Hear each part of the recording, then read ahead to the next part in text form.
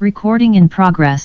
नमस्सर्वेभ्यः कक्ष्यायां स्वागतं प्रार्थनया प्रारम्भं कुर्मः गुरुर्ब्रह्मा गुरुर्विष्णुः गुरुर्देवो महेश्वरः गुरुः साक्षात् परं ब्रह्म तस्मै श्रीगुरवे नमः सरस्वती नमस्तुभ्यं वरदे कामरूपिणि विद्यारम्भं करिष्यामि सिद्धिर्भवतु मे सदा हरिः ओं तत्सत् अस्माभिः गतकक्ष्यायां प्रथमकक्ष्यायां च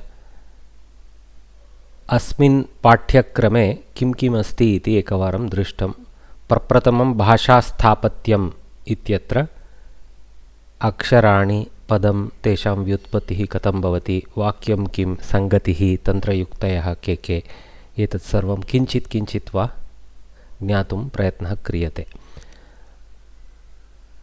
अक्षराणि इत्यत्र केवललिखितम् इति न स्वीकर्तव्यम् अस्माभिः तत्र मुखे यदा वयम् उच्चारणं कुर्मः तत्रापि अक्षराणां ज्ञानं भवति एव तत्र लिखितं किमपि पृथक् उक्तं किमपि पृथक् इति नास्ति यद् उच्चारणं कुर्मः भाषायां तस्य एव लेखनं भवति अपि च लिप्यां लिपिः इति केवलकरणं तत्र कार्यं तु भाषा एव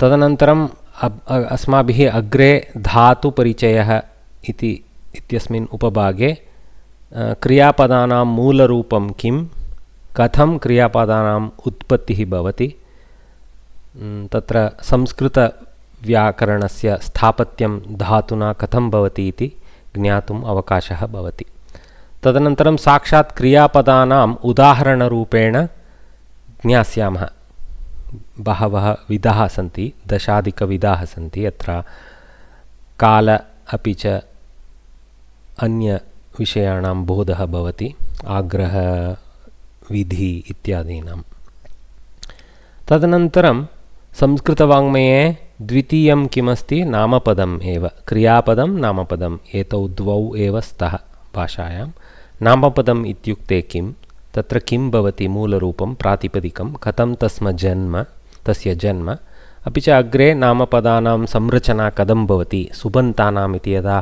व्याकरण रीत्या उच्यते सुप् अन्तः यस्यां ते सुबन्ताः इति तदनन्तरं कारकत्वं किं कथं नामपदानां क्रियापदेन साकं सम्बन्धः कल्प्यते कारकत्वेन कारकम् अपि च विभक्तिः एतयोः सम्बन्धः कथम् अपि च तत्र सर्वविभक्तिषु कारकत्वं न वर्तते एतदपि ज्ञातुं शक्नुमः अव्ययम् इति तु नामपदम् एव संस्कृतवाङ्मये अव्ययम् इति तु नामपदम् एव तद् भिन्नं न परन्तु पृथक्तया ज्ञातव्यम् अव्ययानां शक्तिः वाक्येषु बहु अस्ति ज्ञातुं शक्नुमः केचन अव्ययानि किमपि विभक्त्यर्थे भवति च दो they don't decline they have certain association with a certain vibhakti we will see that तदनन्तरं कथं धातुना न केवलं क्रियापदस्य रचना अपि च नामपदस्य प्रातिपदिकस्य संरचना कृदन्तयोगेन भवति how with kridantas we get nouns from verb roots we can see that अपि च नामपदात् नूतनं नामपदं from a given noun how to derive a derived new noun with a different sense but related meaning to the original noun we will see that's the tadditam technique so there are many techniques that we are going to see then at sentence level वाक्यस्तरे अस्माभिः कथं पदयोः मध्ये सम्बन्धः कल्प्यते यथा उच्चारणसमये साक्षात् एकपदात् अन्यस्मिन् पदे प्रवेशः सुलभः भवेत् इति सन्धिः इति कार्यं तत्र न तु परिवर्तनं किमपि सञ्जायते अर्थे केवल अक्षराणां संयोगः पृथक्तया उच्चारणं कथं करणीयम् इत्येव तत्र सन्धिः इति नाम तत्र नूतन अर्थं किमपि नास्ति. यथा तद्धितेषु नूतनार्थः जन्मनि स्वीक्रियते तथा न. अपि च तत्र अग्रे समासः इति बहूनां सम्बन्धितपदानाम् एकीकरणं, collecting a whole host of words that have a close relationship to each other, or basically they form a kind of part of a sentence, a phrase. How that phrase can be converted to a single word using samasa. This is what yields lot of compression in the language, making it quite compact. Okay, and it is sandhi and samasa are quite distinct. In fact, samasa, when you form, you need to use sandhis to join the parts of the word that collide to become a single word. But samasa actually, in a sense, compacts something that is meaningful in a very large phrase into a small single word. Okay, so also it does not modify the meaning, it just compacts the representation. ततो गत्वा अस्माभिः कथं पाणिनीयशास्त्रे अष्टाध्यायी इति ग्रन्थः रचितः, तेन साकं कथं सः पाणिनिः अपि च व्याकरणपण्डिताः संस्कृतव्याकरणं रचितवन्तः. This is the unparalleled creation found only for Samskritam, where a software package has been created by the Vyakaranis to generate pure good Sanskrit words. Okay, basically you can use it as a generator or as a verification engine to check whether what I am using fits the Ashtadhyayi bill. So that you will see later, what all that mystery, why it's being called software by me, you will see later. Okay, so evam अग्रे गमिष्यामः. वयं कुत्र स्मः? अत्र प्रथम बिन्दुः एव किञ्चित् पठितम् अस्माभिः. ऑर्गनाइज्ड लेटर सेट ऑफ संस्कृतम. किं किं पठितम् अस्माभिः?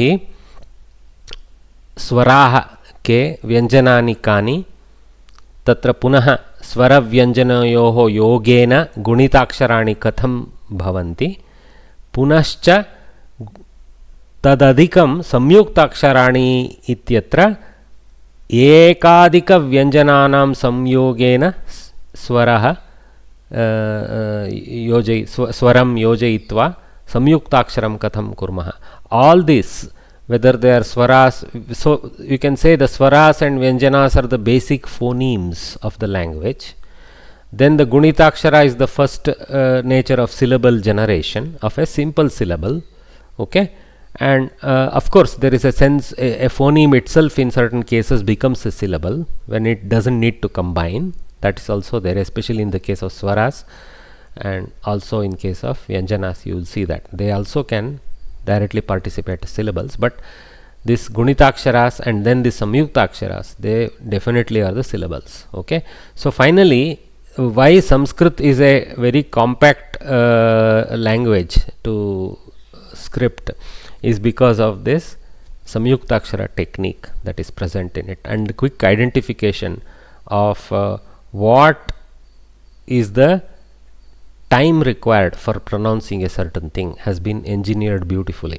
Okay, it is not simply like you see in English alphabet there will be some 4-5 letters next to each other. In Sanskritam all that will be one single letter, which is a complex letter, we call them. Okay, and it has got a perfectly designed pronunciation that links with the bhasha, so there is no enormous confusion, though there will be regional variations in pronunciation due to how the mother tongue, which may not be Sanskritam, influences your ability to pronounce things, that variation. But that apart, it can be very clearly pronounced accurately as written, so there is no need for enormous dictionary of variations of how AU is pronounced. For example, in English AU may be pronounced in variant ways in different words, au, au, we just don't know, but nothing like that happens in Sanskritam. Actually, if you see other European languages, for example, one that I am familiar with is Italian. they use the Roman alphabets. In fact, that's why the alphabets are Roman. They use the Roman alphabets in a precise way, not in an imprecise way in which it is used in English, etc. They use it in a very precise way, where which they also have the mental concept of Gunitakshara, where they use AGN has to be pronounced in a certain way, AGL has to be pronounced in a certain way. Like this, they have their own fixated way of creating pure syllables which are not willy-nilly pronounced any which way, and that have a fixed representation in the Roman alphabet. Without coming up with a new symbol or anything, they have managed to create the Samyuktakshara Puritan approach to that, so that their language is very clearly pronounceable. So obviously Latin and Latin languages somewhat borrow that, though I can see French have gone overboard in generating too many usages of extra letters. Okay, but Italians have very compact, and Spanish is also very close. I am sure Portuguese is also close to that. They also use accents where required, in the sense above the a certain dot, or below the a certain. These things are used by some of them. Like E, for example, has variant accents. I mean, just for the variation of pronunciation, they use accents. Just the same way Samskritam uses Udatta, Anudatta, Swarita accents. Okay. So what is left for us to study is this Maheshwara's aphorisms, Maheshwara Sutrani. We will see that today. Before that, we'll quick look. So A, I, E, U, U, R, R, L, A, I, O, Au, Aha, Ka, Kha, Ga, Gha, Nga, Cha, Cha, Ja, Ja, Nya, Ta, Tha, Da, Dha, Na, Ta, Tha, Da, Dha, Na, Pa, Pha, Ba, Bha, Ma, Ya, Ra, La, Va, La, Sha, Sha, Sa, Ha. Okay, you can see there is a kind of classification, even though we call it as Avargiya Vyanjanani, the last 8 plus 1, they also have certain classification, sub-classification, okay, based on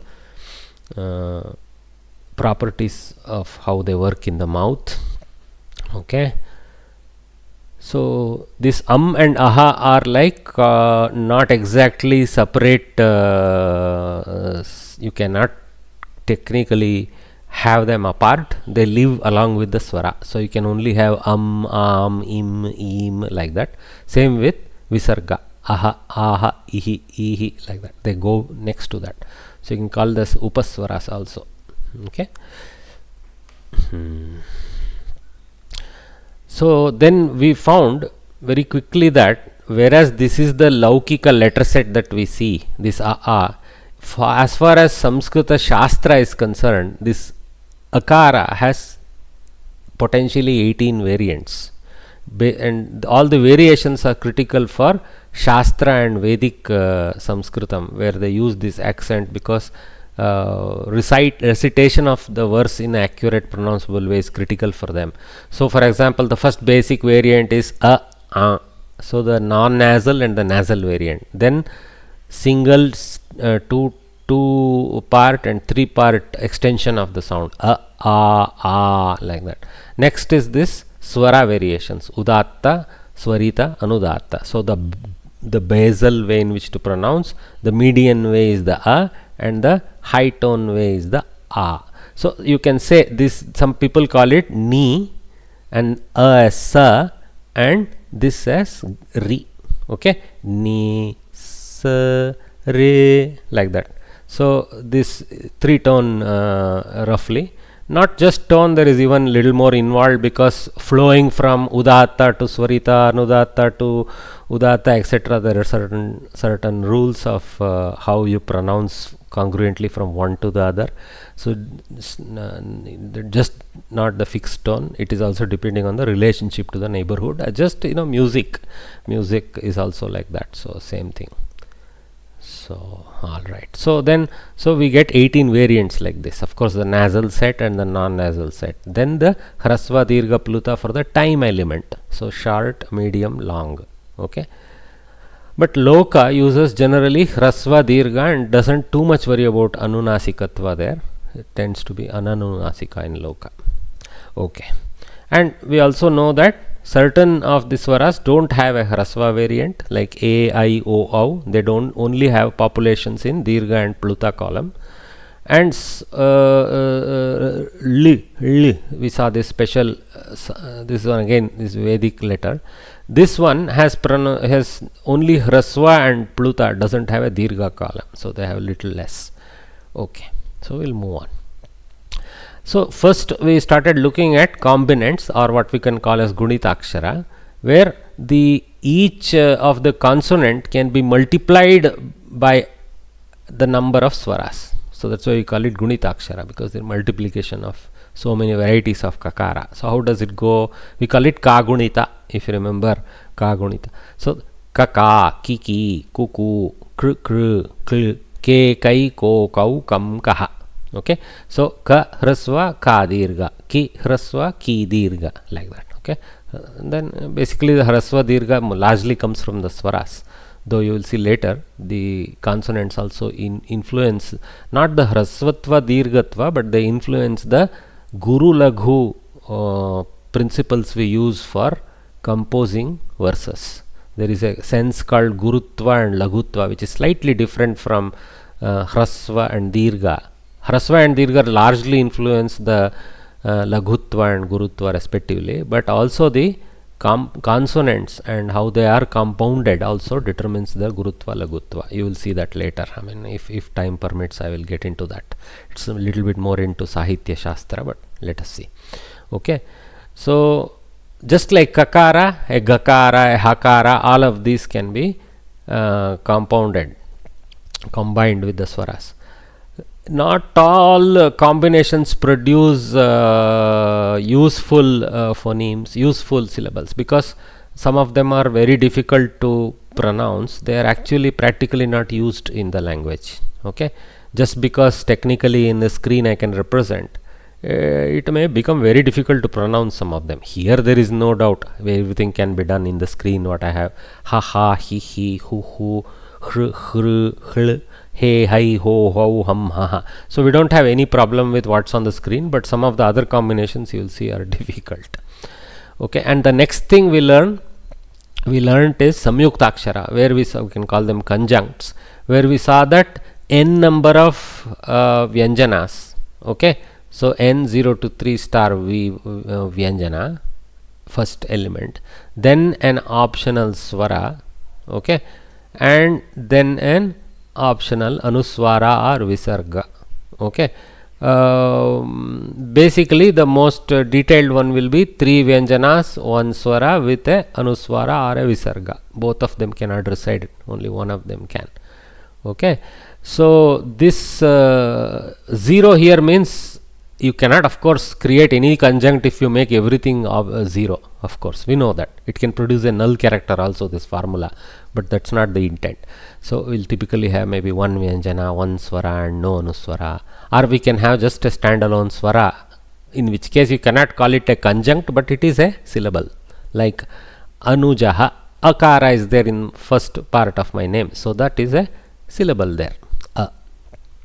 So how does it look? Like this. So you have multiple combinations, and this halant is very important.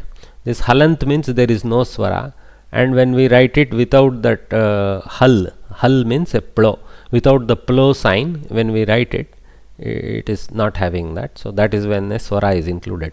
And if there is nothing special, then it is a. If there is a line like this, it is a, and all that we have seen here earlier. You can notice the symbol variations. So a doesn't have any extra line, a has a line, e has a hook back like this, hook forward, u has a vowel below, forward vowel for the dirgha, this skate like symbol for the r, double skate for r, l has the l like symbol there, and a, I, o, au have specific symbols like this, single bar, double top pukka we call it, or a feather.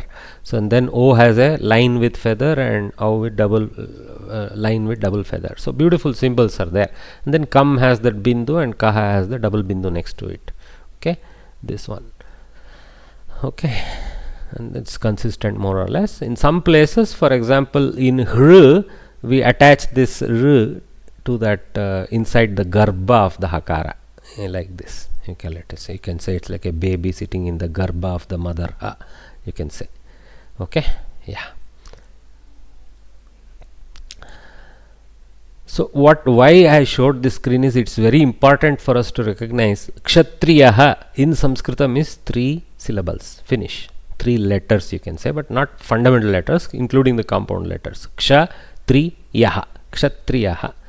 Okay. And we have to remember Ksha is a compacted symbol, actually contains Kakara, Shakara, Akara. Ksha.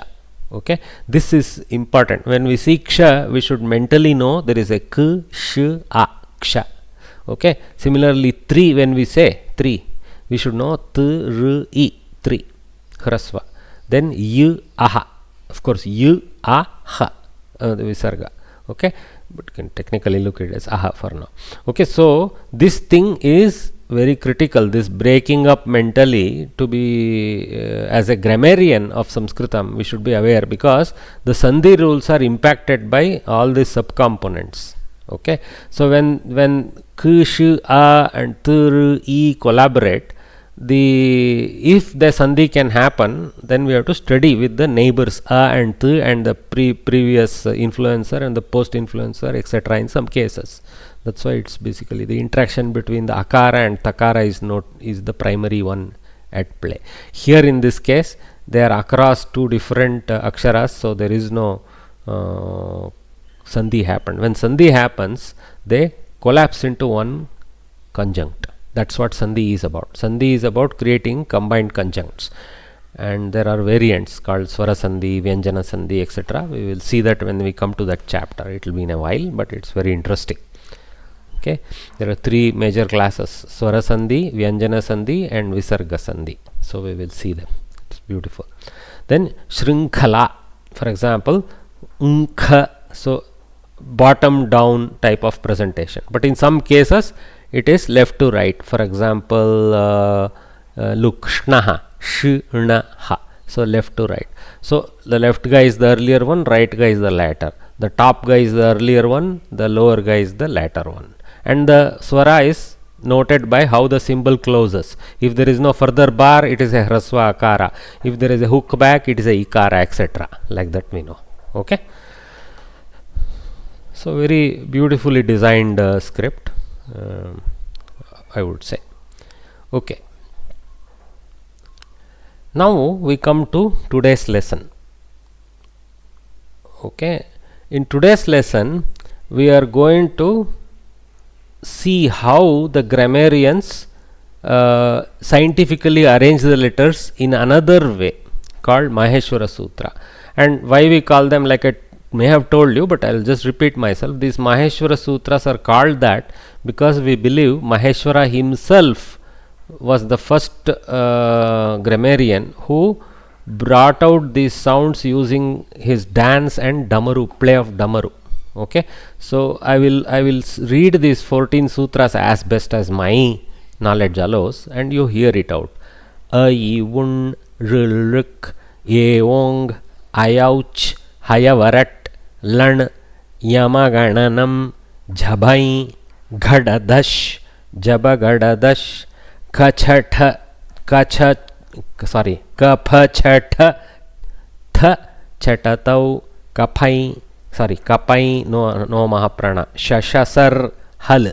Once more. Ayun ruluk evong ayauch hayavarat lan yamagananam jhabai ghadadash jabagadash khapachatha chatatau kapai shashasar hal.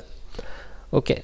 In this, when you see this, you will immediately see that I have colored them in every phrase that I read or every word that I read as part of every sutra that I read.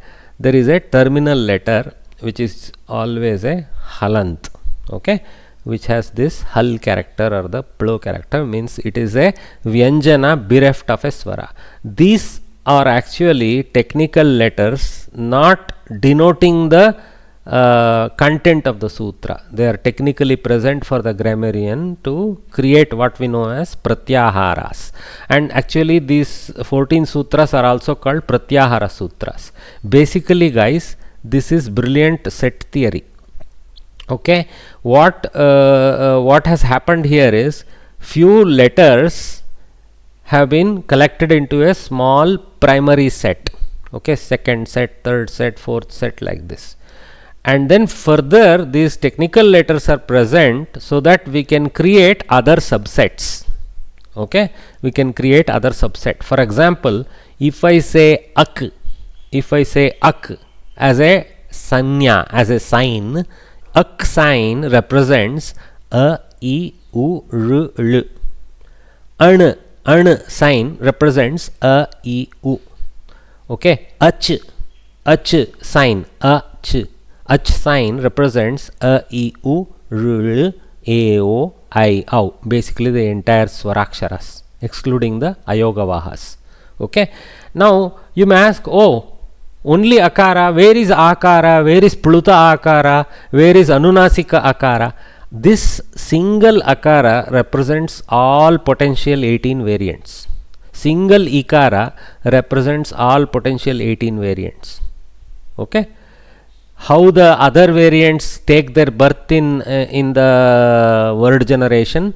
Because of rules which take the hrasva akara into dirgha, etc. So this is actually a symbol.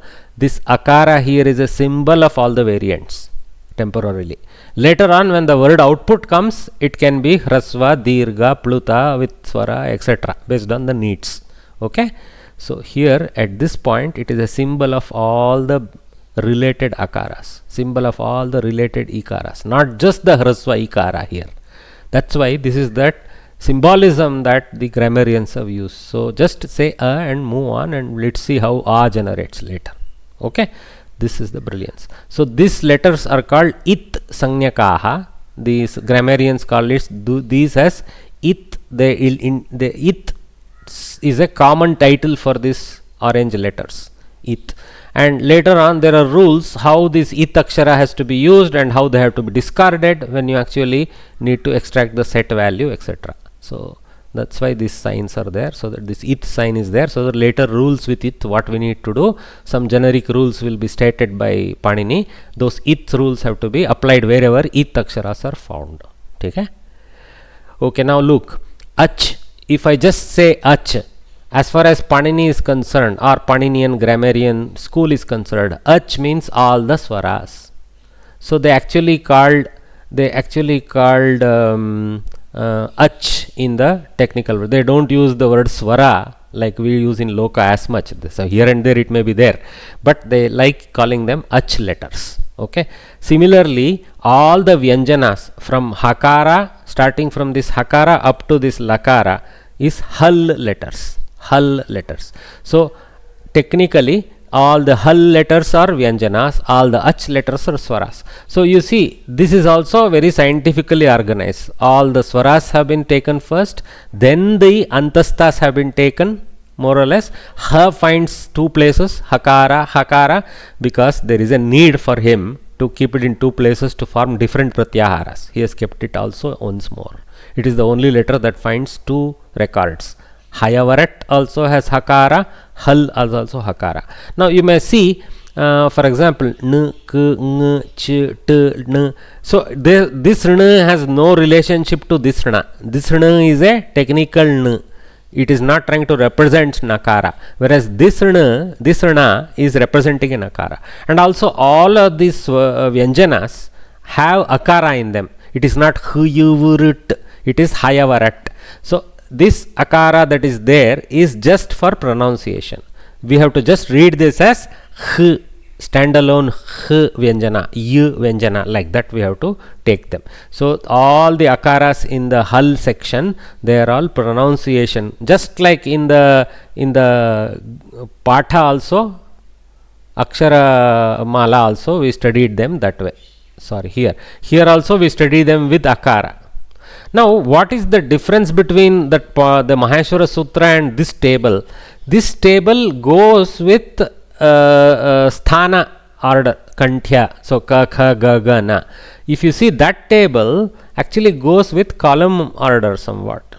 Okay, so it's more based on columnar properties. So with using this and that, Panini and his school is able to refer to the set in their organized sense. So okay, so that is the magic over there. See, I will show you quickly. Okay, see, Ha, Ya, Va, Ra. So they are all antasthas. So they find place in one thing, and also they are all reverse swaras. Their relationship to the swaras also. So that's why they are close to the swara set. So they are somewhere between swaras and vyanjanas. So they appropriately find place in between the two here. But they are vyanjanas. So under hal. Okay. And then you see all the anunasikas find one formula. Nya, ma, nga, na, na. All the anunasikas are nyang. Okay. And then all the mahapranas you see. And this is actually fourth column mahapranas. Jha, bha, gha, dha, dhash. So jha, bha, gha, dha, dha, fourth column. Okay. Fifth column nya, ma, nga, na, na. Then third column ja, ba, ga, da, da, sh. So fifth column, fourth column split into two formulas for a specific reason, because he needs a pratyahara like that. Wherever he needs to terminate a subset, he has thrown a pratyahara of it akshara and a new sutra. When he doesn't need, he doesn't break them. Okay? Ja, ba, ga, da, dash. So again broken, but this is the third column, soft mrudu alpa prana vyanjanas of that those particular rows. Okay, and see here, this need not be in the kavarga pavarga order. You see, jakara comes in chavarga, bakara comes later. Okay, like this. I mean, he has ordered them in his own requirement need. So there is a sort inside also, not necessarily in the kuchu to tupu order. Okay, so that's also to be intelligent. So lot of mental thought has gone into how they have to be ordered. So whereas they are in one column, they are not in the row order also everywhere. Right from beginning, they are not in row order. Okay, and then here, but you see here, jha, bha, gha, dha, dhash, whatever row order it is using for the fourth column, same row order pretty much for the third column also. Ja, jha, ba, bha, ba. Okay, gha, ga, dha, da, dha, da. So the order is common between those two. Maybe here also we need to study that. But here the mahapranas and the alpa pranas are combined off under this single sutra. Kha, pha, cha, tha, tha, 5 mahapranas, cha, ta, ta, 3 alpa pranas, followed by 2 alpa pranas kappa later. He needed to split off for some reason, because he needs this break here. Okay, so very probably done with something in mind, not random, because 14 sutras is not any significant number. Sometimes you can argue, oh, to generate 108 some holy number like that, something we have done. Nothing like that. 14 is no holy number for anyone, so it is all simply signs. Okay, then sh, sa. So these ushmanas along with ha, which is an ushmana. So shall are ushmanas. Okay, and then you can say han, if you can call it, or antastas, like that. Lakara doesn't find a place. You see, I put it in red, that's why. Lakara doesn't, likara finds a place, but not lakara. So lakara is a substitute in the Veda for dakara. This all the way, this da is replaced by la in some Vedic verses. Okay, it doesn't have application in normal Samskritam. Though our South Indian languages use la a lot, it is due to apabhramsha of lakara. We use la in South in place of la a lot. Okay, so for example, palli has become halli, like that. Apabhramsha. Okay, like that. In Telugu, for example, they still use palli, like that, more close to Samskritam. Okay, so this is Maheshwara Sutras. So beautiful. I have one question. How how to remember these things, because we are used to kachatadapa, gajatadapa like that. No. We first things, that's why the Samskrita Gurukula Paddhati was very scientific. What they did is, when the kids are very young, they're only good at singing and remembering things. Okay, they don't yet have analytical ability at that time. So these pathas were memorized by students as very young kids. When they start the Gurukula itself, they are remembering these kind of sutras. If they are Vyakarana, Vyakarana is taught to everyone in Gurukula. So they will be memorizing this. So even now, having seen this over the last 5-6 years, roughly my memory retains for this. Okay. So Jabhai, I know, is one sutra like that. Okay. No. So this remembering, can you give one example? For example, first I, U. See, no. We just have to Kantapata we have to do. I, Un, Luk, Evong, Ayauch, Hayavarat. Like that we have to read some over 20 days. Then the 21st day, more or less, we will know them. Yes. And where is the application of this? If you want in the entire Paniniya Ashtadhyayi Sutra Pata, the pratyaharas that I called out, like for example, ak, ach, hal, hash, khar. See, for example, hash varnas, hakara, shakara, this halant shakara. Hash varnas are all the soft letters, all the mrudu vyanjanas. So hash, English hash means mrudu, no? That is the easy way to remember this pratyahara. So hash means mrudu vyanjana. Khar, which sounds like khara, is khar is karkasha vyanjanas. So kha. So all these are first and second column vyanjanas. All these are third, fourth, fifth column vyanjanas. Okay, all the green box. Okay, hash varnas. Whereas khar varnas, why it is khar? Because khakara and repa here.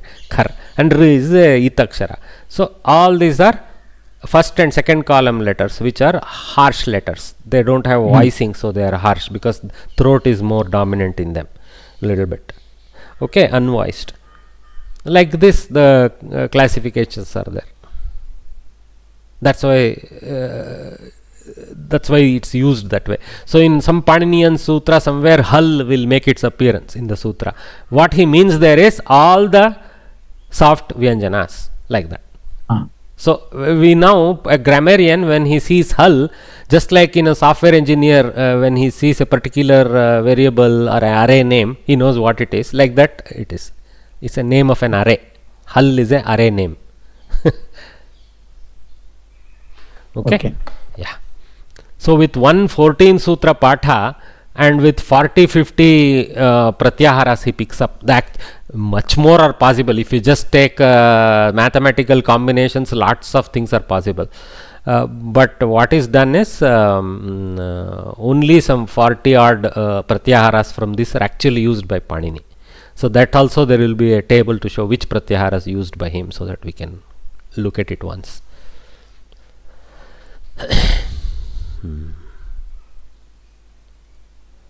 Okay, one more trouble is there. The itakshara nakara is there twice. That introduces its own let us say intricacies. So when we say an, is it only aiu or up to this la?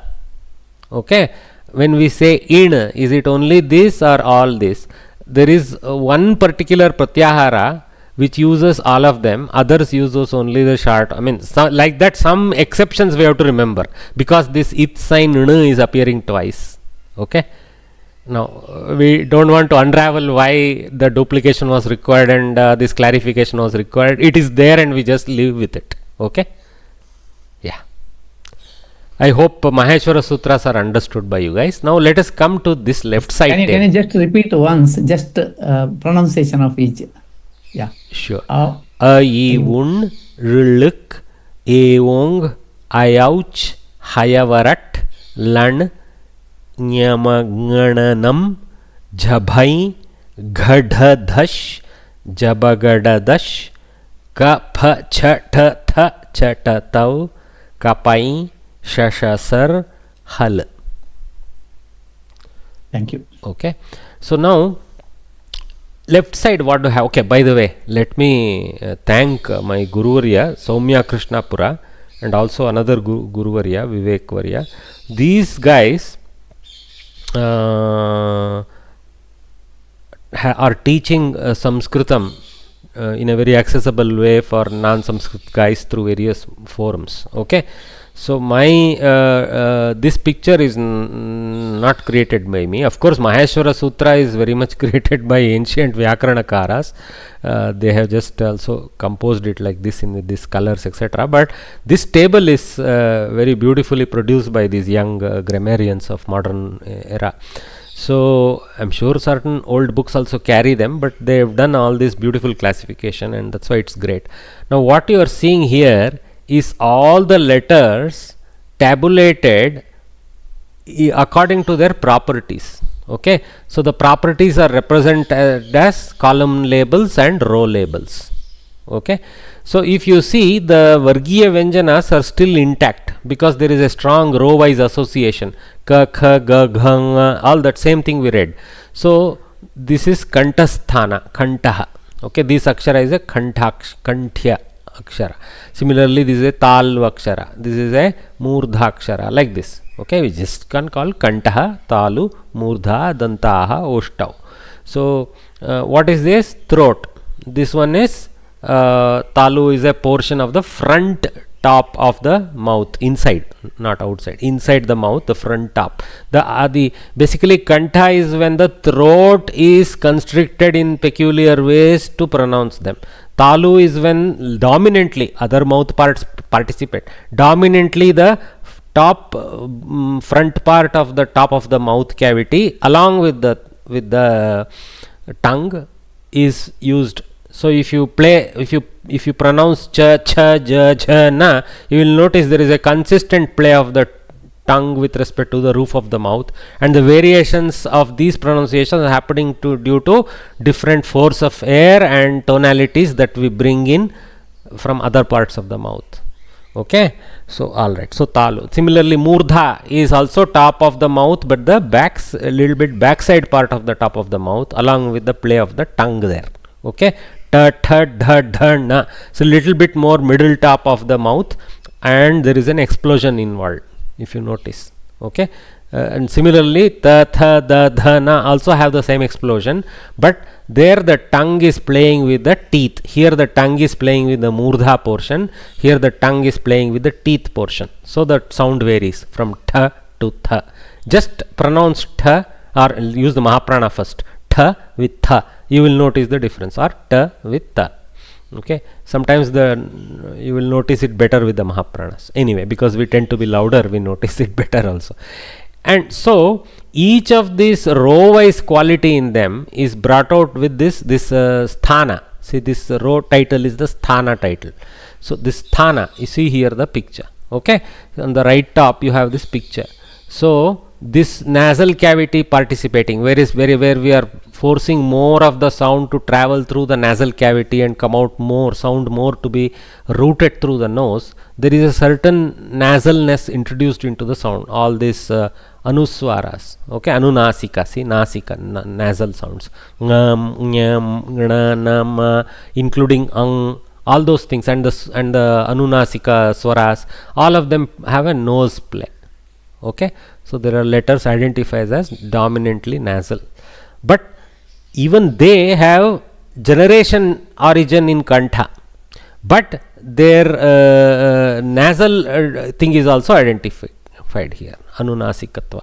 So this varga pratama, varga dvitiya, varga tritiya, varga chaturtha, anunasikaha. Actually there is this ka column is varga prathama, the first column of the varga, and it is an alpa prana, and it is a aghosha. See here, aghosha, and shwasa and vivara. Vivara means open mouth. Okay, open mouth with breath without vocal cords. See the classification. This is found in the old ancient Sanskrit grammars. This is not a new classification. Okay, so vivara, shwasa, aghosha. Same on this side for all these mrudu vyanjanas. Samvara, little bit more closed mouth with nada, which the participation of the vocal cords, and ghosha, its actual sound production. Okay, so there is a tonality, there is a vocal vibration involved, and they are with a little bit closed mouth like that. K, kh, g, gh, ng. So little bit more open mouth, little bit more closed mouth. So vivara, samvara. So this is, there are these properties are also further classified. You see, this is called bahya prayatnas. This vivara, shvasa, ghosha, alpa prana, mahaprana. These variations, these are all bahya prayatna. What is bahya? And then abhyantara prayatna. Abhyantara means internal variations in effort and external variation in effort. This is found in ancient grammar. So if they were not scientific, I don't know what is scientific. So what is internal effort? This is the play of the tongue with the mouth parts. Sprishta, ishat sprishta, ishat vivruta, vivruta. Touched sounds, sounds where the tongue touches. Ishat sprishta, sounds where the tongue touches little bit with a gap. Ishat vivruta, sounds where there is more open play of the tongue, little more distance from the part it touches. Vivruta, completely open tongue. So you see, swaras belong there. A, I, U, A, I, R, L, U, A, O, I, O. L has a little bit tongue play. That's why danta comes into picture. So also is recognized as kanta origin with open mouth. Okay. Similarly, so E is recognized as a talu production with open mouth like this. So this is about tongue play and mouth openness, and this is about this bahya prayatna is about outside of the basically the vocal cord up to the tip of the mouth, including the nose tip, they are all under abhyantara. But bahya, for example, is the chest, or what you can call the Shvasakoshas, the lungs. So the lungs are playing a role. Basically, they are the bellows that produce the sound. So that bellow that produces the sound, whether it is alpa prana, mahaprana, is uncritical. Okay, so see, we recognize this ka kalam is alpa prana, kha kalam is mahaprana, ga kalam again is alpa prana, gha is again mahaprana, and all the anunasikas are by nature alpa pranas, all the antastara alpa pranas, the ushmanas or the heaty sounds are all mahapranas, sh, sh, s, h. All of them will, if you put a mirror in front of your mouth, all of them will cloud the mirror. Okay, so ushmas, heaty sounds. Okay, and there is no alpa prana, mahaprana associated with swaras. Instead, they have other properties like udatta, anudatta, swarita, and all that. That we know. So swara is not exactly a sthana. This titled there. So maybe we should stop reading this prayatna variation for this last column, perhaps. Okay. So, but few of the swaras are belonging. These are all antas, these are all vyanjana. So everything to the left of the last column is a vyanjana. Everything in the last column is a swara, like this. So some swaras, for example, A, I, O, O are compound swaras. That is recognized in the Shastra. They are called Kantathalu. A, I are called Kantathalu because they have Kanta and Talu. A, E combination produces A, I. I is a vriddhi on A and A, E produces A. Similarly, Kantoshtham, O, O. With U. Okay, U is present in the Oshta class. So, Kantoshtham or Kantoshthau, two are there. O. Okay. So A, I, O are belonging there as a double qualification. Similarly, Vakara is recognized as Dantoshtam. Okay, let us check Danta and Oshta. Okay, so little bit of Ukara's element is involved, and maybe I don't know how Danta comes at play, but that's how it is classified. I need to pronounce it and check. Okay, so this is the thing. So I hope I have explained Abhyantara Prayatna, which is internal effort, where the tongue's association with the part to which it touches, how close or far it is, are the four variants, from complete contact to total lack of contact. And this other thing, Bahya Prayatna, has two elements. One is the element of the bellows of the lungs at play, which is in the Alpaprana Mahaprana, sorry, not there, Alpaprana Mahaprana, and this Bahya Prayatna with respect to the set Vivara, Shwasa, Aghosha is a little bit more about the voice box and things like that. Okay.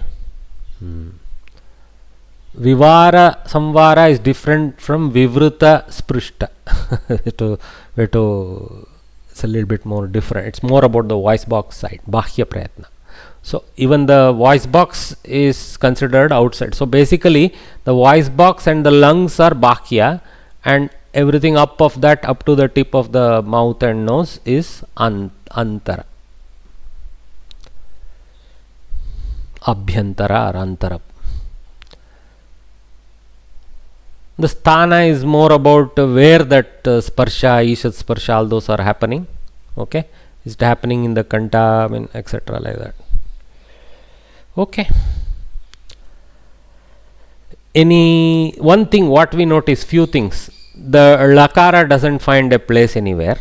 Okay, and also anuswara and visarga. Already in Maheshwara Sutra they don't find a place. They don't find a place in this table above also. So here it's explained. They are called Ayoga Vahas. They don't have yoga in the Maheshwara Sutra. So they don't have a place in the Maheshwara Sutra. We call them those with no place in Maheshwara Sutras are compactly as Ayoga Vahaha. Those which don't have yoga in the sutras.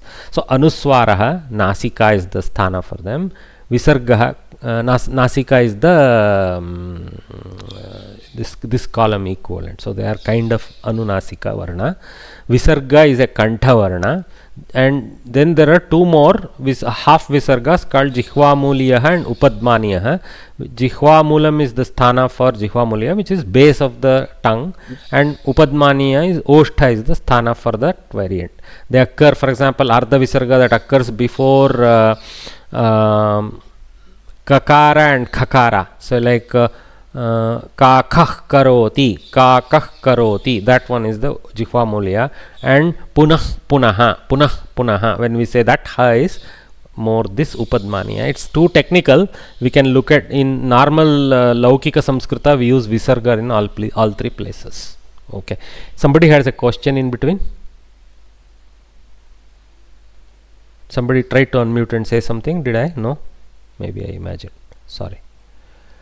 Okay. Any questions with respect to this Sthana Yatna Viveka chart produced by my Guru Varyas but represented here for you guys, your guys' benefit? Very quiet class. No, it's good. I think what we studied and this one, there's a lot of many extra things that we have to study before going to next level. Yeah, that's why actually if you see I am starting from this because this lay the base for the grammar later when we go to Paniniya Shastras. And also we need to we tend to believe the lowering of our standards by the modern education, saying what was there like that. If you go back here only, we will start appreciating. So when we start appreciating what has been achieved, then we are driven to achieve more. That's important also for us. Yeah. Okay, so this picture is a important has an important role in the pronunciation signs of the syllables used in our Samskrita Vangmaya, and you can see the signs of them in this chart. And if you go to this grantha called Lagu Siddhanta Kaumudi, which is based on Siddhanta Kaumudi of Bhattoji Dikshita. Lagu Siddhanta Kaumudi is written by Vadiraja, somebody like that. I'm trying to, no, I may not be pronouncing the name correctly. Anyway, that Bhattoji Dikshita is in the Parampara of Vyakaranis, and he bases his works on earlier masterpieces right up to Panini. Okay, so Siddhanta Kaumudi is a different way of teaching Paninian sutras. Okay, it is a prakriya prakarana related. Basically, sandhis are collected in one place, samasa in one place. Whereas what Panini has done is, though he has tried to collect, if some particular sutra somewhere can be convenient for him, he reorders them. So like declaration of a variable is convenient for him because its use happens somewhere. He doesn't care that largely 90% of the use is in Sandhi and maybe 10% is here. But because he started explaining something else, he puts the declaration and moves forward. Whereas that same sutra is again needed in the Sandhi section. And Panini just assumes, since I have already taught that, people know it. So this our Mandamatis, we cannot correlate like that. So what we need is all those sutras to be brought together again, just so that all the Sandhi sutras, especially only Savarna Dirgha Sandhi related sutras in one place, Guna Sandhi in another place, like that we need. In Panini's mind, he is having a very global outlook. So Guna, Savarna, wherever, convenience of sutra placement is what he looks at. So there is a kind of joke that if half a letter can be saved, Panini will be as happy as if he begot a son. Like that they say. So his mostly intent is to save one number of sutras to be generated and how compact the sutras can be. So his entire goal is compaction. Okay, not too much convenience. For him, his goal is compaction. So now he says, oh, I have created this masterpiece. Remember these 4,000 verses, you will know entire Samskritam grammar. That's how he was. But there is a purpose to it, because if it's an oral tradition, if things can be learnt in the most compact way, our brain is very smart. Once we say An, our brain now remembers all the Maheshwara Sutras, and so An is these letters. Like that, it can logically produce the required set. You don't need to again practice all the individual letters of that set. So that's the compact nature he generates like this. Okay. So this is not any modern classification. This is the ancient classification of the grammarians put into a nice modern XLS table. That's all. Okay, so with that we have concluded 1.1. Okay, so where are we on time? Yeah, good. So this is a good place to take a short water break, because we have 4 minutes to 11. So take a water break. At 11 we will restart stepping into the next level, which is we go up to the word level and see things. Okay, please take a water break at this point. Recording stopped. Welcome back to the class. तो इदानीं भाषा स्थापत्यम् इत्यस्मिन् भागे एव उपभागः, यत्र पदं व्युत्पत्तिः एतयोः विषये किञ्चित् ज्ञानं प्राप्नुमः. Types and origin of words. So अस्माभिः दृष्टं क्रियापदम् अपि च नामपदम् इति भागद्वयं. तिङन्तम् इति व्याकरण नाम अस्ति क्रियापदानां, वर्ब इति यद् आङ्ग्ले वदामः. एवमेव सुबन्तम् इति व्याकरणशास्त्रे नौन् इति आङ्ग्ले नामपदम् इत्यपि. अपि च अव्ययानां विषये, अव्ययम् इति एकवचने, अव्ययानि इति बहुवचने, अव्ययानां विषये अपि किञ्चित् ज्ञास्यामः. अत्र अव्यय शब्दं तु नामपदम् एव अव्ययं. पृथक् गणना किञ्चित् तस्य अधोभागे क्रियते. कथं सामान्यनामपदम् अपि च अव्ययानां भेदः इत्यपि ज्ञातुं शक्नुमः. We can understand the difference between normal noun and a indeclinable version of that. तदनन्तरं क्रियापदानाम् अपि च अन्ततो गत्वा नामपदानां च प्रथमरूपमस्ति धातुः इति. ओके, धातुः अस्ति, तेषां ज्ञानं प्राप्नुमः. तदनन्तरं पंचवृत्तयः इति यदि संस्कृतव्याकरणवाङ्मये कथयामः, द 5 जनरेटिव प्रोसेसेस. वृत्तिः means some kind of collective work, and 5 variants of that. What is that work? Word generation work. Okay, so 5 generative processes of Samskrita grammar.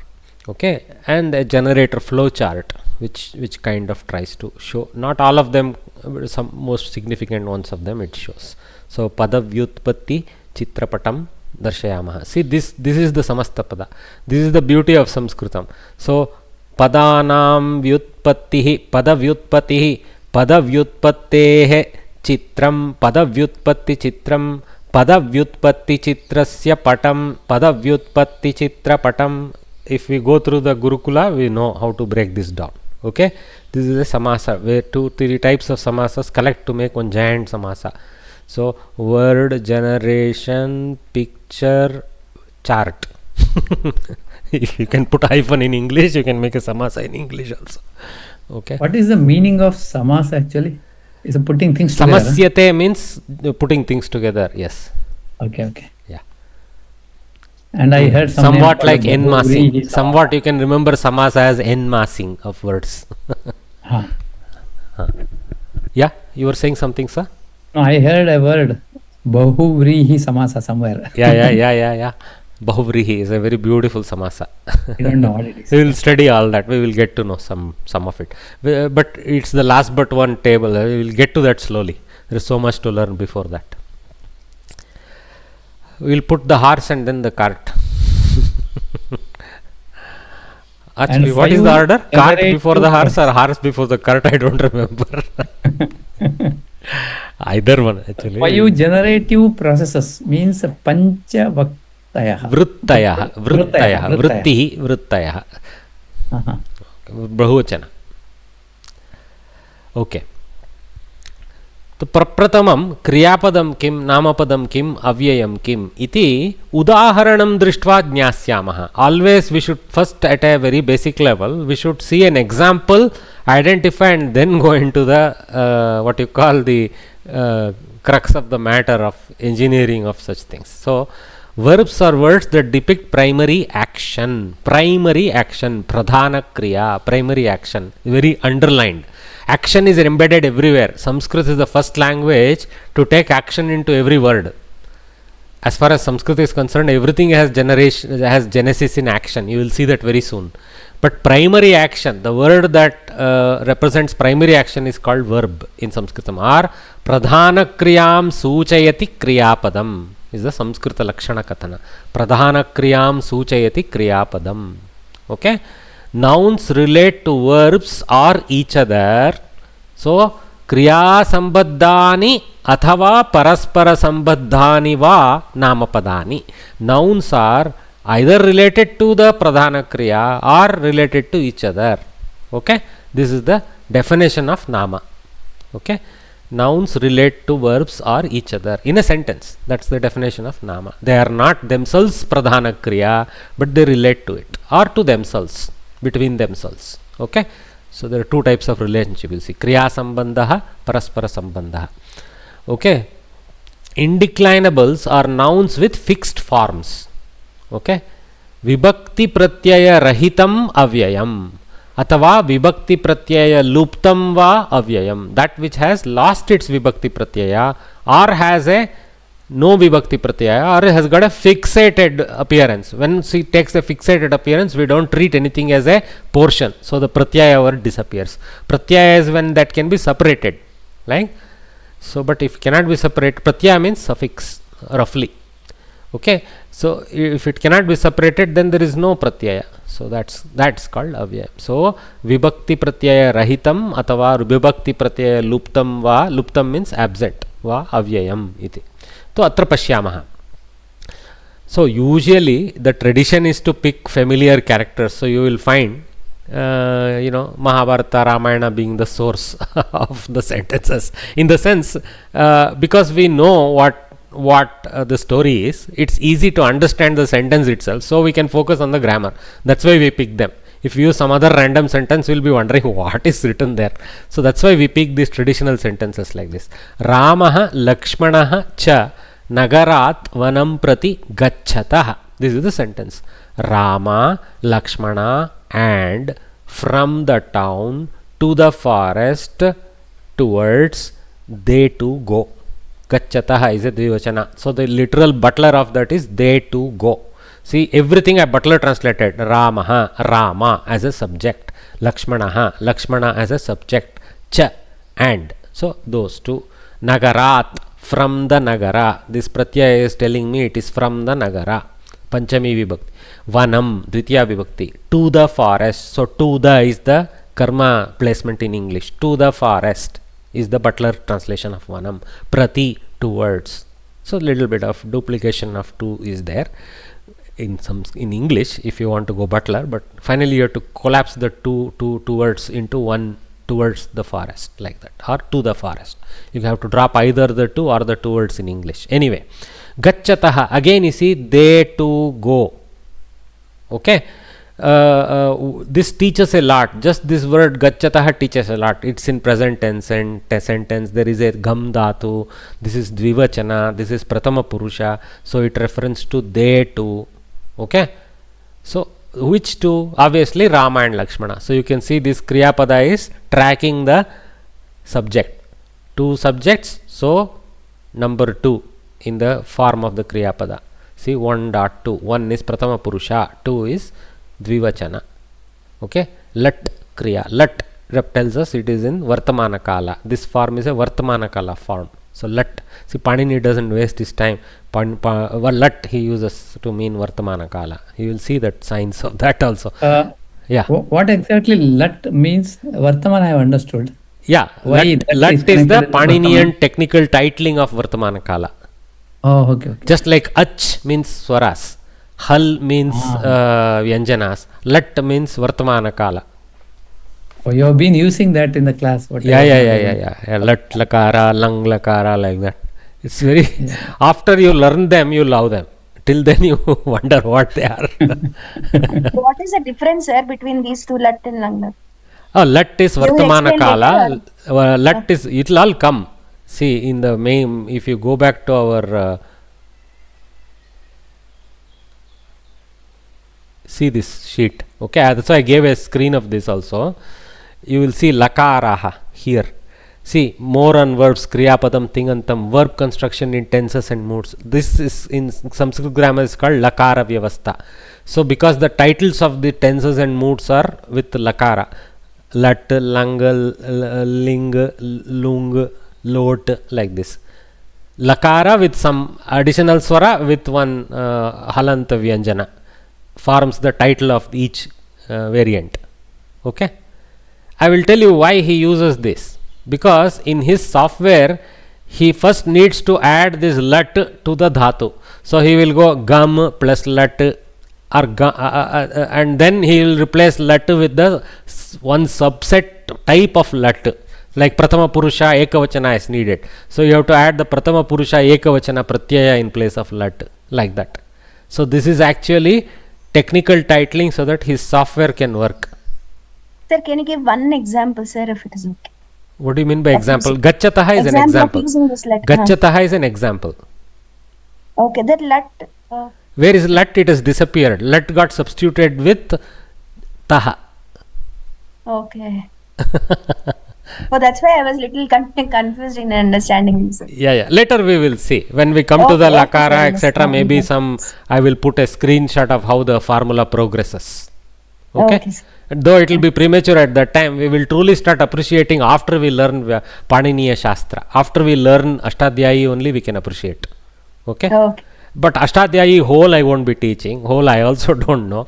But I have been taught some portions, and from that one sub portion, just as an intro, I will teach you, so that you can then use more lessons from others who are really Panditas and potentially to learn more. Okay. Yeah. Finally, this whole course is an introduction to Paninian grammar. It is so deep. It is a whole lifestyle for many people. As you know, some people become Sahitis, some people become Nayayikas, some people become Vyakaranis. So those entire life they spend in Vyakarana. What can we do in one course? True, sir. Anyway, I think this at least this foundation. This is a foundation. Yes, correct. This is a foundation. Yeah. So now see the color annotation I have given. This blue annotation are the avyaya shabdas, cha and prati. The red one is a kriya pada, and then there are some black ones. These are all nama padas.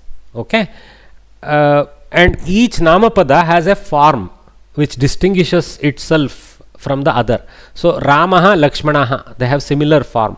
These are called pratama vibhakti ekavachana forms of Rama. See here 1.1, 1.1, and also immediately from my knowledge base I know this is a pullinga pratama vibhakti ekavachana form, and this is also a pullinga pratama vibhakti ekavachana form. Okay, so 1.1 pum, 1.1 pum comes into my picture.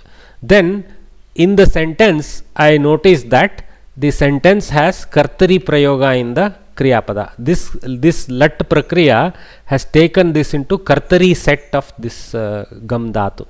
Okay, in the Vartamana Kala there is a kartari and a karmani, basically active voice and passive voice variants. Since this is in active voice portion of the pratyaya, this is in active voice. That means Rama and Lakshmana being in Prathama here is due to them being the karta of the action. So what is meaning by karta of the action? They are the doers of the action. Doer is karta. So Rama is one karta, Lakshmana is another karta. Rama goes, Lakshmana goes. So Rama and Lakshmana to go. TWO to go. That is gachataha. Okay. So that's why I have put karta, prathama karta, dvitiya karta, like that. Okay. So this, because there are two of them, this is two here. Okay. And this is in Prathama Purusha because Rama and Lakshmana are third person nouns. They are not I nor you. Only I and you are other than third person, right? So this is not I, not you. So this is a third person in English, and that is Prathama Purusha in Samskritam. So one Prathama Purusha portion of the verb is picked up. Okay, which represents the third person reference. So if it is instead of Rama and Lakshmana, suppose I put aham and tvam. Aham tvam cha nagarat vanam prati gachavaha would have been written. Okay, avaha is the pratyaya for 3.2. Just like taha came for this, there avaha will come. Gachavaha. That's the play happening. That is the lat prakriya. Okay, and here it is the word itself is in Prathama Vibhakti to represent the karta. Okay, that's why 1.1 Prathama Vibhakti Ekavachana Pullinga Karta. Sometimes Prathama Vibhakti Ekavachana Pullinga can be karma. That's why I have recognized karta separately here. Because if it is karmani prayoga, if it is passive voice, this is referring to the karma pada, and the karma pada will be in the Prathama Vibhakti. Okay. For example, Ramena Lakshmanena cha nagarat vanam gamyate. Gamyate. Vanam in Prathama Vibhakti Napumsaka Shabda will take the reference to the gamyate. That means the forest is gone to by Rama and Lakshmana. So Rama and Lakshmana go to Tritiya Vibhakti to go with the English by Rama and Lakshmana. In fact, English by is because the Indo-European language, it uses the same Vibhakti technique, though they don't call it Vibhakti. So to the forest is used in as a karma, but here the forest is the karta. So the forest is gone to vanam gamyate, like that. Okay. Anyway, that's a distraction, but I was just showing how I written karta here because of the kartari relationship with the kartari kriyapada. Okay. Then cha is like a standard avyaya. I typically use 0.0. Neither it has a purusha nor has a vibhakti or a vachana. So neither it has a vibhakti nor a vachana. This is vibhakti dot vachana. This is purusha. Red one is purusha dot vachana. Prathama purusha dvivachana. Here it is vibhakti hi nasti, vachanam nasti, avyayam. Okay, cha. Okay, then for example, nagarat. Now nagarat, if its prathama vibhakti version is nagaram. Okay, so that has gone to nagarat. Why? Because it is the source of the departure. So it takes the upadana prakriya. So it takes the at pratyaya to mean from the town. From the is the nagarat. Okay, from the town. So Ramat. Rama also can take that vibhakti. Ramat. So from Rama. So for example, Lakshmanaha Ramat dhanam swikaroti. Lakshmana receives money from Rama. I don't think he ever did, but anyway. So Ramat, he will also take that kind of pratyaya because he is the source of the money. Here what is nagarat? It's the source of their movement away from. So that's why it becomes the source of the departure. So that is upadana. So napumsakapada. Nagaram is a napumsakapada. Okay, that's why napum. And it is in Panchami Vibhakti to indicate the departure sense, the source of the departure sense of it. Okay, so and it is in Ekavachana because there is only one nagara. So Panchami Vibhakti Ekavachana Napumsake Upadanam. Here it is karta, here it is upadana. And vanam, for example, if you come to the next one, it is the destination of their traverse. So where do they go to? To the forest. So to the vanam, actually it is again an napumsaka shabda, and whether it is in pratama vibhakti or in dvitiya vibhakti, it has the vanam sound. So for example, it declines vanam vane vanani, vanam vane vanani, vanena vanabhyam vanaihi, vanaya vanabhyam vanebhyah, vanat vanabhyam vanebhyah, vanasya vanayoho vananam, vane vanayoho vaneshu. How did I know that? I never practiced vana shabda in my life, but I practiced rama shabda. Okay, both vana shabda and rama shabda are akaranta shabdas, but vana shabda is napumsaka, so it follows the prototype called phala shabda. Phala shabda I have practiced in my life. Phalam phale phalani, phalam phale phalani, phalena phalabhyam. I go like that. So same way I decline vana shabda. But after Tritiya Vibhakti, Akaranta Napumsaka and Akaranta Pullinga, they are fully tracking each other. So the same way that Rama goes Ramena Ramabhyam Ramaihi, Vanena Vanabhyam Vanaihi. When I said Rame, I said na, not na. I didn't say Ramena, I said Ramena.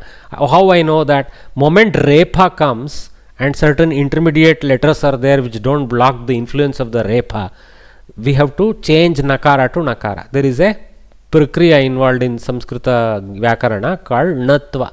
So I applied that. By practice I know Ramena also, not just because of the rules. Okay, this way I know. Okay, so that's the process that has happened. So it's in Dvitiya Vibhakti here because this is a Kartari Vakya and Vanam has to be the target. Rama and Lakshmana are the karta, so vanam is a kriya, is a karma pada, is a destination for the gamana kriya. It is a this gamana kriya, or the act of going, has a karma to it, which is the destination. The fruit of the going is the attainment of the forest. So that's the karma pada. So source of action is Rama Lakshmana, the fruit of action is attainment of vana. The departure place is Nagara, Panchami, and then these are all avyayas to help enhance the meaning for us. Okay, Cha is not needed, Prati is not needed. If I say Ramaha Lakshmanaha Nagarat Vanam Gachataha is enough, but this enhance, they are actually both are quittable in the sentence. So if I say Ramaha Lakshmanaha Nagarat Vanam Gachataha, not everywhere, some places we need them, but many places they are aids, they are not necessary almost. Because vanam has the prati in it. You see, to the forest is part of vanam. Why do we need prati again? We don't need. Prati means two words. Okay, we don't need it again. You can cancel it and keep the two. Okay. Any question?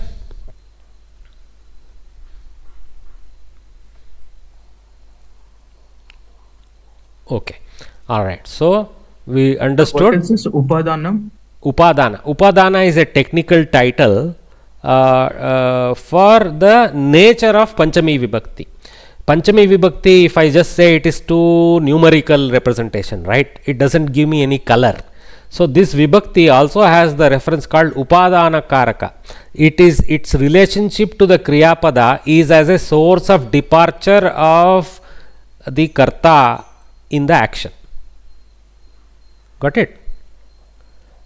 So we call that Upadana. Yes. Of course, there is a meaningful expansion to that name, but for now, know it as the source of departure of the item in question. Okay?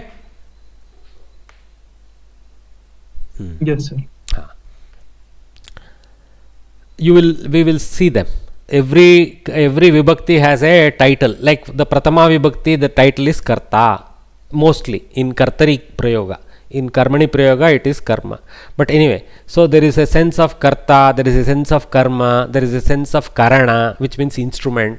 There is a sense of receivership, okay, which is Sampradana.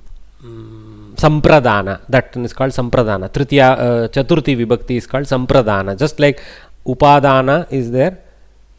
Apadana or Upadana? I have to check the spelling. It may be Apadana, not Upadana. I may have made a mistake there. It is Akara. I think I need to edit that. Apadana. So Sampradanam, Apadanam. Then Sambandha, Shashti, sixth case is Sambandha, seventh case is Adhikarana, it is called. That means locational.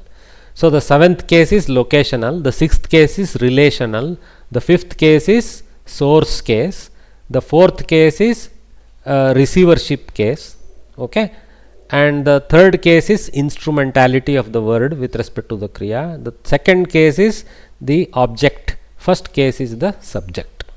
In a kartari prayoga, in a karmani, subtle variations happen to the number 1 and number 2, they become 3 and 1 respectively. Number 1 goes to number 3 case and number 2 comes down to number 1 case. We will see the karmani prayoga later. Okay, passive voice, active voice. Sanskrit is extremely strong with voices. It is very compact. Passive voice is so troublesome in English. For example, if I have to say this sentence in passive voice, the forest is gone to from the town by Rama and Lakshmana is the order in English. How cluttery that sentence is. Most people will struggle trying to understand the sentence, and if I say Rama and Lakshmana go to the forest from the town, it's very easy. Okay, so that is not so in Samskritam. Samskritam is equally compact and elegant. So Ramena Lakshmanena cha Nagarat Vanam Prati Gamyate. That's all. Okay, no extra, one extra word is not there. Just the forms have changed of each word. Okay? Any other question? I think once we understand the table, Ramaha, Ramo, Ramana, that slowly, then it's easy to put things. Yeah. That's why I am starting with one example sentence and giving some insight into the form, but not completely. I don't want to explode each one. So when I look at it, Varya, when I look at it here, for me immediately when I see Ramaha, immediately the whole table explodes in my brain. Immediately I locate it in the 1.1 place. That's what I have written here. Okay. Yeah. But when are we going to study that table? Or I'm not going to teach you the tables. Okay, that's not the goal of this class. That I can give you references to books that have it, or even have my own audio recording of some popular nouns, etc. I can give a link to that. So that is not needed here for our grammar class? No. Because what we are doing is we are getting down to the nuts and bolts. I am not going to create a factory for you. I am just going to demo a factory for you. Okay. Got it? So teaching technique is different compared to our textbooks. Oh, hugely. High school textbooks. We are used to that. See, this one, the high school textbooks of Samskritam are teaching what should have been taught when the kids were 4-5-year-old. Who wants to ratify Rama table at 10th standard? So we are destroying Samskritam by teaching like that. Okay, Samskritam primary, if it is a language, we should introduce in the primary, not and in the middle school we should start teaching more sentence level grammar, etc. In high school we should go to Sahitya. So by college they will become Panditas. Yes. Instead we are going in 7th standard or 8th standard. It's crazy. It is crazy. People are taking this course because they want to score easy marks. Correct. We are destroying the language. Okay. That crying apart, that's why Sanskrit, I have become a student and a teacher within SamskritaVyakaranam, because we want to teach it the way it should be taught. That's why I didn't start with this presentation to you guys. For your team, I started with Bhasha Samskara. So let us become simple kids and talk together and learn. Then we will come here. That's the idea. Okay? Yeah. Okay. Now don't get scared. Sanskrit is scary, but don't get scared. It's all scientific. That's why it's not scary. Okay, verb roots. Dhatuhu atava in bahuvachane dhatavaha. So, where does dhatu come into picture? You see here at the top right, this dhatu along with some vikarana or some kind of transformative pratyaya and a ting pratyaya, two different types of pratyayas, they take the Kriyapada form. So bhu is the dhatu, a is a vikarana pratyaya, ti is the ting anta, lat replaced with ting further replaced with ti, which is the Pratama Purusha Ekavachana form of this. Okay, so we will see what is ting a little later and where is ti coming from a little later. But anyway, we know bhavati. So this form we know very much, right? Ramaha Vijayi Bhavati. Rama becomes the victor, something like that. Okay, becomes Bhavati.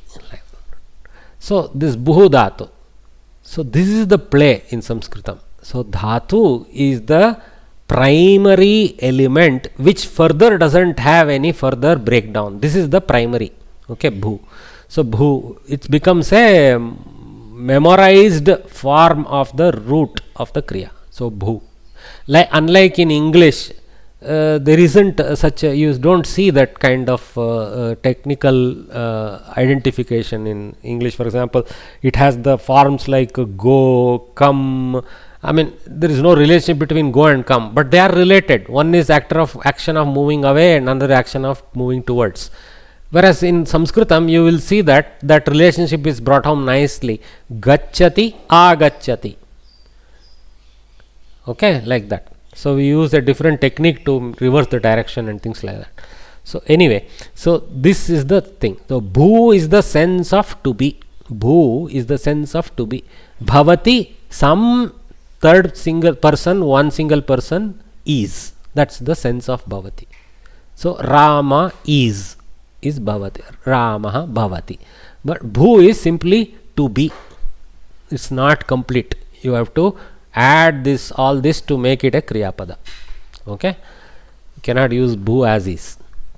It's not a pada, it is a dhatu. So there are 2000 odd. Why this tilde? Because there are different patha.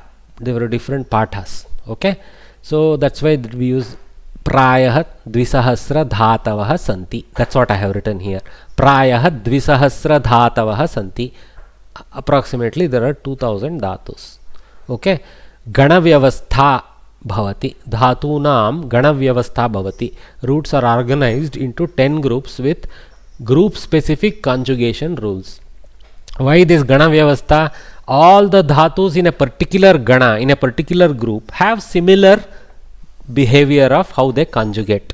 Okay, so the conjugation is the word used for variations of the dhatu to become an kriyapada, and declensions are the is the thing used for namapada to go into usable nouns. The pratipadika we call them. To become nouns, they take declension rules. So please don't use declensions for dhatu. Don't use conjugation for namapada. Use conjugation for kriyapada. I mean, this is English grammar. Because I am teaching also with English, I am familiarizing you with this word conjugation. Okay, all right. So sorry ma. Prayah dvisahasra dhatavah santi. Ganavyavastha dhatunam dasha ganaha santi.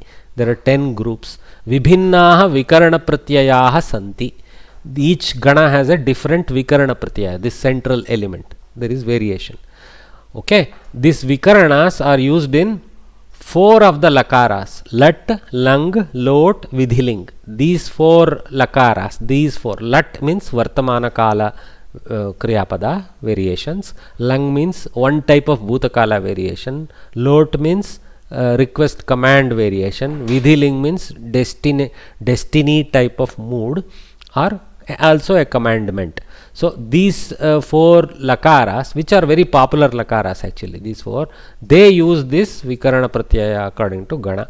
So I'm just showing you the technical complexity involved, but at a very simple level, remember that there are 10 ganas, and forget this column, take this patha. This is the most comprehensive patha which has been integrated into Nilesh Bodaswarya's ashtadhyayi.com, which is what is our golden reference today. A Google engineer, his interest is deep in Samskritam, so he has actually created a portal called ashtadhyayi.com, which is a masterpiece and is a essential now a daily life for me. I use it as often as I use Google. Okay, ashtadhyayi.com. So in his dhatu pata there, which is a collation of all the various patas finally, is having 2259. One thing immediately we have to know the Sanskrit numerals. You should learn this. Okay, Dvisahasra, Dvishata, Panchashat, Nava. So Nava Panchashat Adhika Dvishatadik Dvishatyadika Dvisahasram. When we expand it into sentence, we go in this order from decades down to hundreds and sahasras. Okay, this is how the breakdown is. You will see this first gana called Vadi gana, okay, contains more than half the dhatus. You simply multiply this by 2 also, you don't reach that. It's more than that. So it's more than half the dhatus are present in one gana. So it is not so torturous. Majority you will find these red ganas, this Vadi gana, Divadi gana, Tudadi gana and Churadi gana. They are dominant. 1160 plus 160. So we came to 1300 plus. Then we have another 175. So we came to 1500 approximately. Another 509. So we came to 2000. So very little is spread across the others. So more than 2000 or approximately 2000 dhatus are present in just 4 ganas. So if we focus on that, we are more or less there. Okay. So it's not as if dhatu is based on that particular root letter, right? Yeah, From correct. their utpatti. Correct. So the bhu is a dhatu. This is a human made, or this also can be like a automatic because of the dhatu root is fixed. In ashtadhyayi.com, what Nilesh Bodhaswarya has done is, he has taken the generator engines based on Ashtadhyayi principles written by various university professors who are doing some research work using Panini's works. Okay, what they have done is taken Panini's methodology, coded it of course using modern computer languages, because computers don't understand Panini's language. So they have recoded it using modern, basically they have created a layer to go up to Panini Sutra level knowledge. Okay, and then they actually using those engines, some of them are just Python programs, you can even go analyze them yourself. They are all present in, there is a portal where they store all this, no? GitHub. The whole thing is there because all university and individual research scholars work. GitHub has the whole archive of all these things. So what Nilesh Bodhas has done is, he has himself now with permission and mention of that work that he has done is on top of that GitHub. He would also probably release his update onto the GitHub as a based on another person's GitHub work like that. So he's when you open the ashtadhyayi.com portal, it is not like there is a database. When you click on a particular thing, literally what that software he calls that software element, it works on it and generates the final form tables. Okay, so so it is you can regenerate the forms. Okay, anyway, so that is an automated process. It is integrated in his ashtadhyayi.com, that work. Okay. In one place he has integrated all the beautiful software work that has happened already to bring Paninian grammar into modern Samskritam. Thank you. We don't need to struggle with pen and paper. He has used computerized methods of analyzing. Okay. Vadihi. So what is this Vadihi? Bhu Adihi. So Bhu Dhatu, which is the lead element of a set, that set is called Vadi. See, again, grammarians don't waste energy. Bhu etc. is the name of the Gana. They didn't give some Rama, Lakshmana, Sita names like that. They just called it Bhu etc. Dhatus. Simple name, Vadi Dhatu. So technically we know in moment Vadi means we know this 1100 are. Luckily this most famous Dhatu, Bhu itself, is the first Dhatu. Okay, in the whole table. In fact, it's the first Dhatu of the entire Dhatu Gana, Dhatu Patha. Okay, so Bhu Dhatu. So once we learn Bhu Dhatu, more or less we know 1100 odd Dhatus how to decline. How many we learn by just learning bhu dhatu. So when a moment we memorize bhavati, bhavataha, bhavanti, bhavasi, bhavataha, bhavatha, bhavami, bhavamaha, bhavavaha, bhavamaha, we are lat lakara, kartari, table we know, and that is a parasmaipadi table. So we need another different dhatu which is atmanepadi to learn atmanepadi declension. So we will learn that also.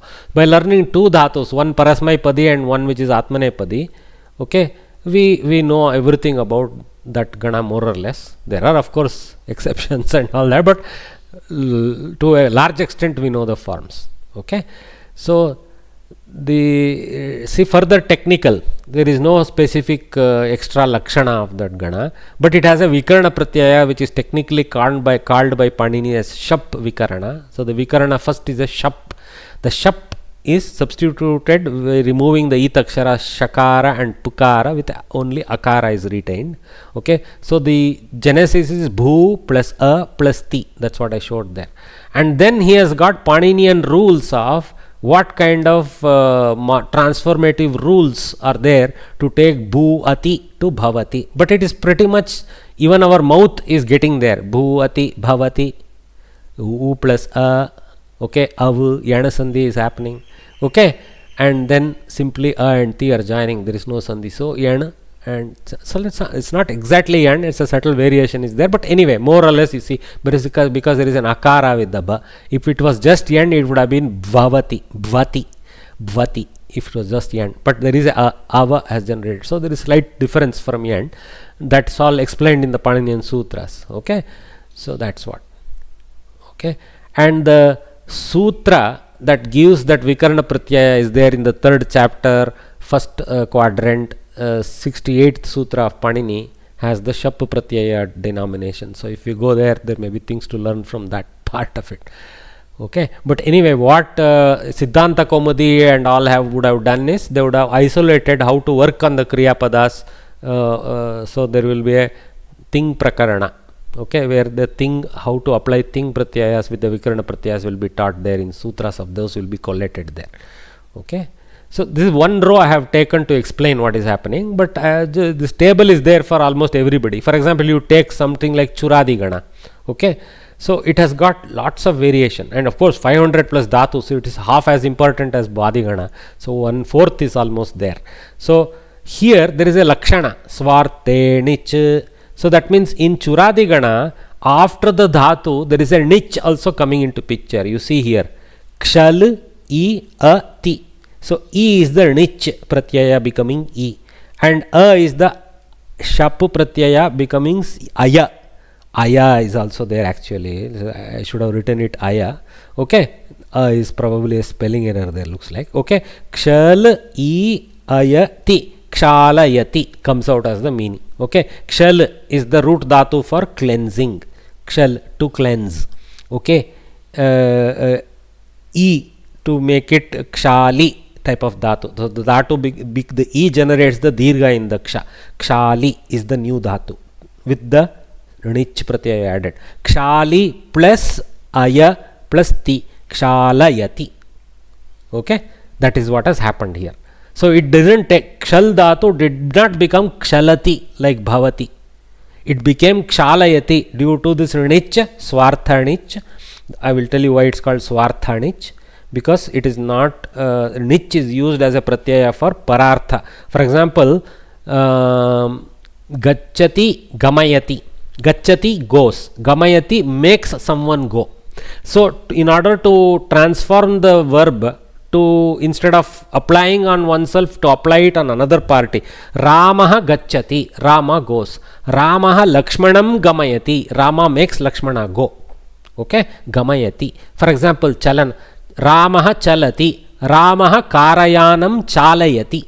Rama moves, Rama drives the car, chalayati. So that chalayati form from same chal dhatu has a parartha nich, we call it. So that chali dhatu, chal dhatu becomes chali dhatu, then it takes the form chalayati. Okay, that is what is happening here. So kshalayati doesn't have a parartha, it's a swartha nich. So when we say Rama washes, we should say Ramaha kshalayati. So the parartha nich will not change it. So Ramaha Lakshmanena chalayati. Rama through Lakshmana gets the washing done. So that sense will come through. Okay.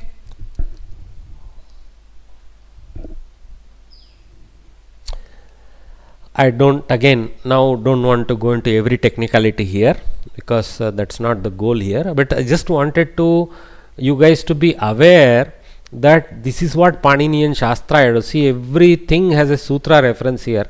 3rd chapter, 2nd chapter, all over spread information. Okay, and the sutra itself is here. Kartari shap adi prabhrutibhyah shapah juhotyadibhyah shluh divadibhyah shyan swadibhyah shnuh tudadibhyah shah rudadibhyah shnam tanadikribhyah uhu kriyadibhyah shna churadibhyah nich. Now see how compact his sutras are. Okay, but it is exactly say what is saying. In kartari shap is the default. If no other pratyaya is there, take the shap as. That's why it's just generic kartari shap, not vadibhyah shap. There is a reason why he didn't put dvadibhyah shap. Okay, so like this we goes. He has got his own way of putting the thing in a complex. These are all equations. Assign shnam as the pratyaya for rudadi patha portion of the gana, dhatu gana, and if you go under, you will see this will be under some thing adhikarana, under the knowledge of thing prakriya, like that somewhere he will go all this. If I go to ashtadhyayi.com, if I go to Sutra Pata, if I enter 3.1.78 there, I will actually see Nilesh Boda's work, where he has now further using other commentaries and his own summarization, how he has explained all the meaning and expansion of the sutra, how we have to take the adhikarana and the other contextual references pulled forward from earlier sutras and all that. So the expanded meaning of this rudadibhyah shnam, here it is easy enough. Rudh and rudadi ganasya shnam pratyayah bhavet. Rudadibhyah shnam. That's all is fine. Okay. Samskrita only. His rules are all Samskrita sentences, not some exotic. Though it reads very tough to us, these are all very Samskrita. Except these are all technical nouns. Rudadihi is a technical noun. It has no laukika meaning. Rudhadidi has no, it's nothing like somebody is crying or anything. Rodhana, it's nothing to do with Rodhana. But if you see Rudhadibhyah, Shyan, right? Rudhadibhyah Shnam, here, Rudhadi Ganaha. So the first dhatu will be Rudh, which is a Rodhana Kriya. So the first dhatu is about crying, so it is called that, crying and other dhatus, like that. 25 only, very, very small group. Anyway, so that is there. For example, you take this Juhotyadi Gana, only 24 to 26 dhatus, but those dhatus have this Dvitva Lakshana. That means you see Dadati. Okay, so Da is the dhatu, but there is a duplication, Dada, like that it comes. Okay, so that's the Lakshana. Dvitva is a Lakshana of those dhatus. Okay, this much I will say with this screen at this moment. Okay, and we will call it a day with this slide. So we will continue with 5 generative processes in the next class. Okay, thank you very much. I think I exceeded by 15 minutes. Thanks for being your patience. Have a nice day. If there are any questions, I will stand by at this point.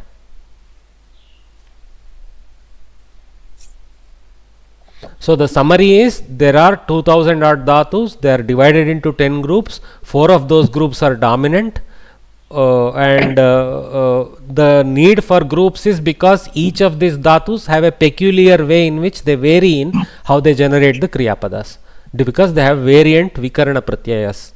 Okay, that much is enough to know now. Okay, thank you so much. Thank you, sir. Thank you, sir. Thank you, sir. Thanks. Thanks. Thank you, sir.